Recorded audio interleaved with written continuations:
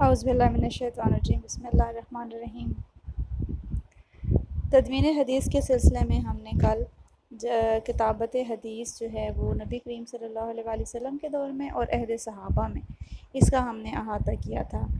آج ہم تدوین حدیث عہد تابعین اور تبع تابعین کے ادوار میں اس کا احاطہ کریں گے۔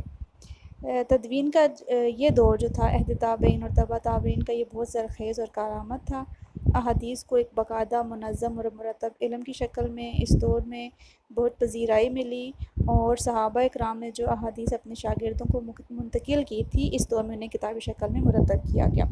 اس سلسلے میں پہلی کوشش یہ تھی کہ علم حدیث کو سرکاری طور پر مرتب کرنے کا اعزاز خلیفہ راشد حضرت عمر بن عبدالعزیز کو نصیب ہوا۔ انہوں نے مدینہ کے جو گورنر تھے ابو بکر بن حزم، ان کو لکھا کہ میں دیکھ رہا ہوں کہ علماء اکرام جو ہیں وہ رخصت ہو رہے ہیں اور ان کے ساتھ علم حدیث کا بھی چرچا ختم ہوا جاتا ہے۔ تم دیکھو اہل مدینہ سے جس قدر حدیثیں ملے انہیں جمع کر کے مجھے بھیجو۔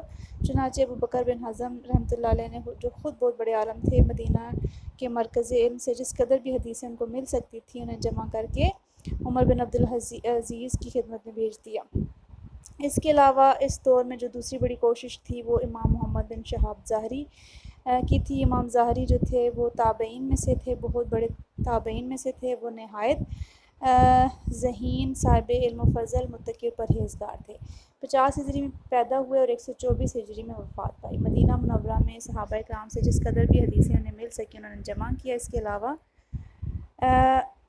صحابہ اور تابعین کے فتاویٰ اور ان کے اقوال بھی جو ہیں وہ بڑی تعداد میں جمع کی، اور ان کی جمع کردہ جو احادیث تھیں اور اقوال صحابہ ان کا بہت بڑا مجموعہ تھا، اتنا بڑا مجموعہ تھا کہ اس کا بوجھ جو ہے وہ ایک اونٹ اٹھا سکتا تھا۔ اس دور میں موسیٰ بن عقبہ رحمۃ اللہ علیہ اور محمد بن اسحاق نے سیرت النبی پر کتابیں لکھی جو ساری کی ساری روایات کی صورت میں تھیں۔ موسیٰ بن عقبہ کی جو کتابیں تھیں وہ تو تقریباً ناپید ہو چکی ہیں، لیکن محمد بن اسحاق کی کتاب کا خلاصہ جو ہے وہ ابن حشام نے سیرت ابن حشام میں درج کیا اور اسے ہمیشہ کے لیے محفوظ کر لیا۔ موطا امام مالک جو ہے وہ جس کو صحیح ستہ میں بھی شمار کیا جاتا ہے، اسی دور کے آخر میں امام مالک بن انس اصبہی نے اپنے اسے جو ہے وہ مؤلف کیا، مرتب کیا۔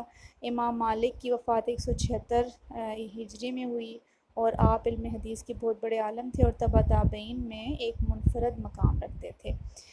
موطا امام مالک میں مرفوعاً احادیث کی تعداد 722 ہے، اور 1000 کی تعداد میں صحابہ کے آثار اور فتاویٰ ہیں۔ مرفوع حدیث کے بارے میں نے آپ کو بتایا بھی ہے کہ مرفوع حدیث وہ ہوتی ہے جس کا سلسلہ جو ہے وہ شروع سے لے کر آخر تک نبی کریم صلی اللہ علیہ وآلہ وسلم تک پہنچتا ہے، اور درمیان میں کوئی سلسلہ جو ہے وہ کوئی کڑی ٹوٹتی نہیں ہے، اس حدیث کو مرفوع حدیث کہتے ہیں۔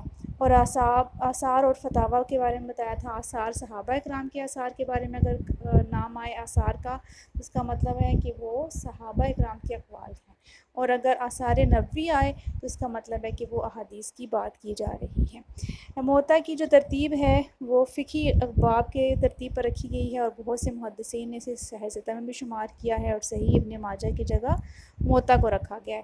شاہ ولی اللہ بھی یہی کہتے ہیں کہ صحیح ابن ماجہ کی جگہ موطا جو ہے وہ زیادہ قابل قبول حدیث کی کتاب ہے۔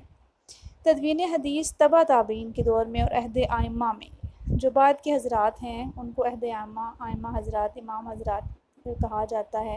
یہ دور 150 ہجری سے 450 ہجری تک کا ہے، اور یہ وہی دور ہے جس میں حدیث کی وہ کتابیں مرتب ہوئیں جو آج تک درس و تدریس میں شامل ہوتی چلی آ رہی ہیں، جو مسلمانوں کے لیے ایک بہت ہی قابل فخر سرمایہ ہے۔ اس دور سے پہلے احادیث کے جو مجموعے مرتب ہو چکے تھے ان میں صحیح اور غیر صحیح حدیثوں کا فرق کرنا، امتیاز کرنا مشکل تھا، اور اس زمانے مسلمانوں کے کئی فرقے بھی وجود میں آ چکے تھے، اور ہر فرقے نے اپنے مفاد اور گروہی تعصب کے لیے حدیثیں گھڑنا شروع کر دی تھی۔ وضع حدیث جو ہے وہ اس کا بھی طوفان اٹھ کھڑا ہوا تھا۔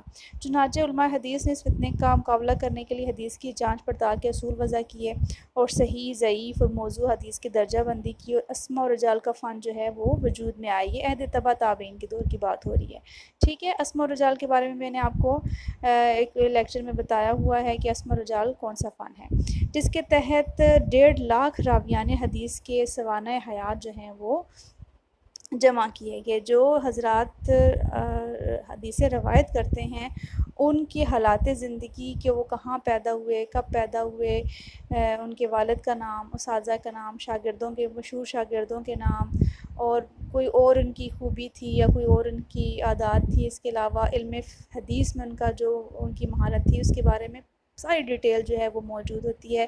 اتنی ڈیٹیل موجود ہوتی ہے کہ اگر کوئی ان سے ایسی کوئی قابل ذکر واقعہ بھی اگر رونما ہوا ہو تو اس کا بھی تذکرہ اس کتاب میں آپ کو مل سکتا ہے۔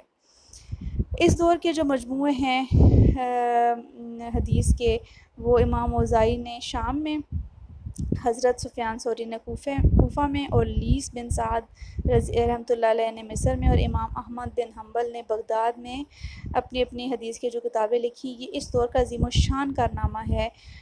وہ 6 کتابیں جو ہیں وہ صحائح ستہ کہا جاتا ہے، جس کا ہم تذکرہ اب آگے چل کے کریں گے۔